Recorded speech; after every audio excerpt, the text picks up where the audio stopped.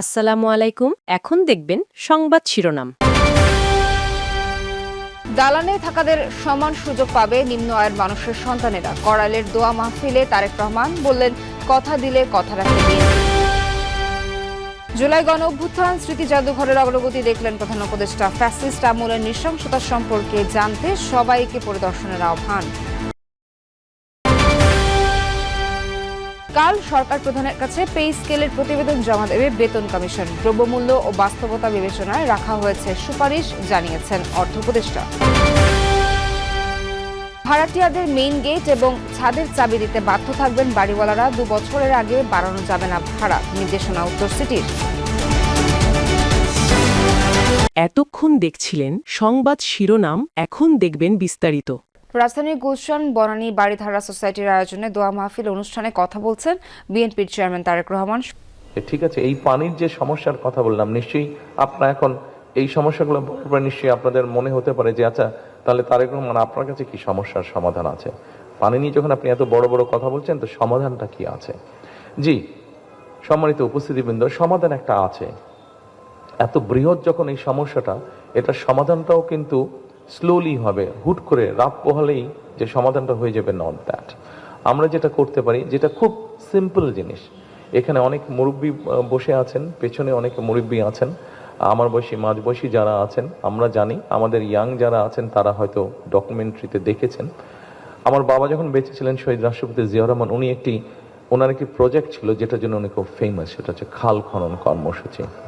প্রতিবেশী হিসেবে আজীবন করাইলে মানুষের পাশে থাকার অঙ্গীকার করলেন বিএনপির চেয়ারম্যান তারেক রহমান। খালেদা জিয়ার জন্য আয়োজিত দোয়া মাহফিলে আশ্বাস দেন, ক্ষমতায় গেলে করাইলে ভবন করে বস্তিবাসীকে ফ্ল্যাট দেওয়ার করা হবে হাসপাতাল, স্কুল ও খেলার মাঠ। নারীদের স্বনির্ভর করতে ঘরে ঘরে দেওয়া হবে ফ্যামিলি কার্ড। বিএনপি কথা দিলে কথা রাখে, অতীতের সেই সুখস্মৃতিও তুলে ধরেন তিনি। আপসহীন নেত্রীর জন্য হাজারো মানুষের সমবেত মিনতি, মোনাজাতে স্রষ্টার কাছে রুহের মাগফিরাতের ধ্বনি। যেখানে মিশে আছে মানুষের আবেগ, ভালোবাসা আর কৃতজ্ঞতা। করাইলবাসীর উদ্যোগে খালেদা জিয়ার জন্য দোয়া মাহফিলের আয়োজন হয় মহাখালীর TNT মাঠে। যোগ দেন খালেদা জিয়ার ছেলে তারেক রহমান, যিনি ঢাকা 17 আসনে বিএনপির প্রার্থী। এ সময় সাথে ছিলেন তার স্ত্রী ডাক্তার জুবাইদা রহমান। দীর্ঘদিন পর তারেক রহমানকে দেখে উচ্ছ্বাসে ফেটে পড়েন করাইলের বাসিন্দারা। বস্তিবাসীর নানা সীমাবদ্ধতা, সংকটের কথা তুলে ধরেন দুজন বাসিন্দা। তারেক রহমান জানালেন, প্রতিবেশী হিসেবে এসব সমাধান করা তার দায়িত্ব। জুলাই স্মৃতি জাদুঘর পুরো জাতির জন্য নজিরবিহীন দৃষ্টান্ত, এমন মন্তব্য করেছেন প্রধান উপদেষ্টা ডক্টর মোহাম্মদ ইউনূস। তবে ভবিষ্যতে যেন এমন জাদুঘর তৈরির প্রয়োজন না হয় সেই প্রত্যাশাও করেন। বিকেলে জাদুঘরে থাকা জুলাই গণঅভ্যুত্থানের পেছনের ইতিহাস ও শেখ হাসিনার 16 বছরের দুঃশাসনের চিত্রগুলো ঘুরে দেখেন সরকার প্রধান। ফ্যাসিস্ট আমলের নৃশংসতা সম্পর্কে জানতে সবাইকে জাদুঘর ঘুরে দেখার আহ্বান জানান তিনি। বিকেলে জুলাই গণ অভ্যুত্থান স্মৃতি জাদুঘর পরিদর্শনে যান অন্তর্বর্তী সরকার প্রধান ডক্টর মোহাম্মদ ইউনূস। এ সময় তার সাথে ছিলেন বিএনপির স্থায়ী কমিটির সদস্য সালাউদ্দিন আহমেদ, জামায়াতে ইসলামীর আমির ডাক্তার শফিকুর রহমান এবং জাতীয় নাগরিক পার্টির আহ্বায়ক নাহিদ ইসলাম সহ অনেকে। জাদুঘরে থাকা জুলাই গণ অভ্যুত্থানের পেছনের ইতিহাস আর শেখ হাসিনার 16 বছরের দুঃশাসনের চিত্রগুলো ঘুরে দেখেন। গণভবনে জাদুঘরের কাজের অগ্রগতি পরিদর্শন শেষে একটি প্রামাণ্যচিত্র দেখেন ডক্টর ইউনূস,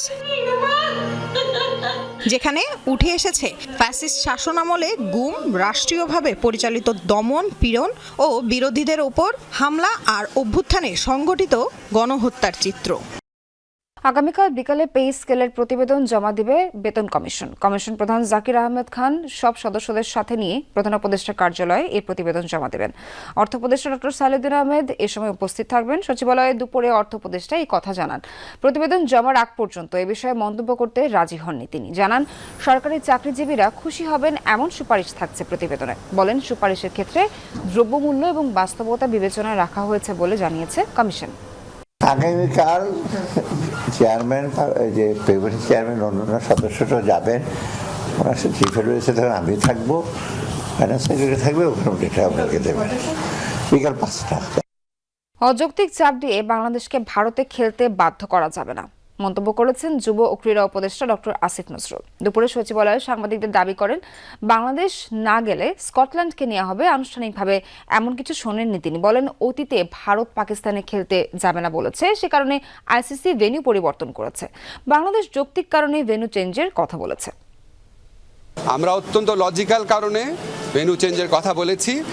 আমরা আমাদেরকে অযৌক্তিক প্রেসার প্রয়োগ করে, অযৌক্তিক চাপ সৃষ্টি করে আমাদেরকে খেলাতে বাধ্য করা যাবে না।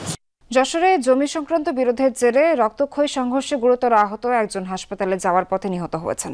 অন্যদিকে হামলাকারীকে গণপিটুনি দিয়ে হত্যা করে স্থানীয়রা। পুলিশ জানায়, বিকেলে চুরমাকাঠি ইউনিয়নের সলুয়া কলেজের সামনে পৌঁছানোর পর ধারালো অস্ত্র দিয়ে রফিকুলকে কুপিয়ে জখম করে স্থানীয় পলাশ। এই ঘটনার পরে পলাশকে গণপিটুনি দেয় স্থানীয় লোকজন।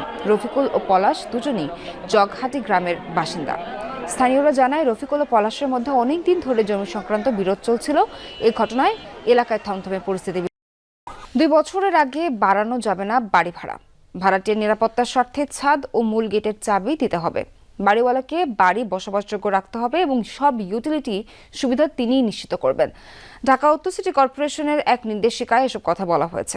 বাড়ি ভাড়া নিয়ন্ত্রণ আইন 1991 অনুযায়ী ভাড়াটিয়া আর বাড়িওয়ালাদের জন্য এই নির্দেশিকা তৈরি করেছে ডিএনসিসি। সম্প্রতি উত্তরার 11 নম্বর সেক্টরে একটি আবাসিক ভবনে অগ্নিকাণ্ডে 6 জন নিহত হন। ঘটনার পর জানা যায়, ভবনটির বাড়িওয়ালা কোনো ভাড়াটিয়াকেই দেননি ছাদের চাবি।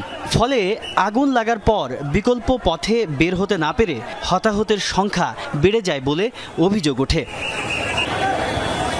এবার বাড়িওয়ালা ও ভাড়াটিয়াদের জন্য একটি সুনির্দিষ্ট নির্দেশিকা দিয়েছে ঢাকা উত্তর সিটি কর্পোরেশন, যেখানে আলাদা করে মূল গেট ও ছাদের চাবি ভাড়াটিয়াকে দিতে বলা হয়েছে। নির্দেশিকায় বলা হয়েছে, 2 বছরের আগে কোনো অবস্থাতেই বাসা ভাড়া বাড়ানো যাবে না। ভাড়া বৃদ্ধির হার বাজার মূল্যের 15% বেশি হতে পারবে না। উচ্ছেদের ক্ষেত্রে 2 মাসের লিখিত নোটিশ বাধ্যতামূলক করা হয়েছে।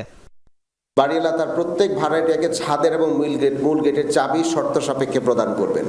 উত্তরাতে যে ঘটনাটি ঘটেছে আপনারা দেখেছেন, শুধুমাত্র ছাদের চাবি না থাকার কারণে 6 জন লোকের প্রাণহানি হয়েছে। ঢাকায় অনেক অগ্নিকাণ্ডের একটি বড় ক্যাজুয়ালিটিস হয় ছাদের উপরে না যাওয়া এবং বাড়ি থেকে বের হওয়ার ক্ষেত্রে তালা বন্ধ থাকার কারণে। সুতরাং এই বিষয়টি দুই পক্ষই এক ধরনের মিউচুয়ালি এই ম্যানেজমেন্টটি করে নেবেন।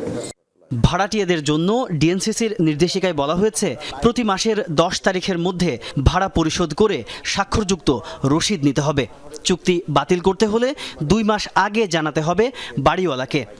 2 বছরের আগে কোনো অবস্থাতেই বাড়ি ভাড়া বাড়ানো যাবে না। 2 বছর পর মানসম্মত দ্বিপাক্ষিক আলোচনা সাপেক্ষে ভাড়া পরিবর্তন করা যাবে। একটি কমন প্র্যাকটিস হচ্ছে যে জানুয়ারি মাস আসলেই বাড়ি ভাড়া বাড়ানো হয়। তো সুতরাং জানুয়ারি মাসে যারা ভাড়া বাড়ানোর কথা ভাবছেন এবং বলছেন, তাদের জন্য বলছি যে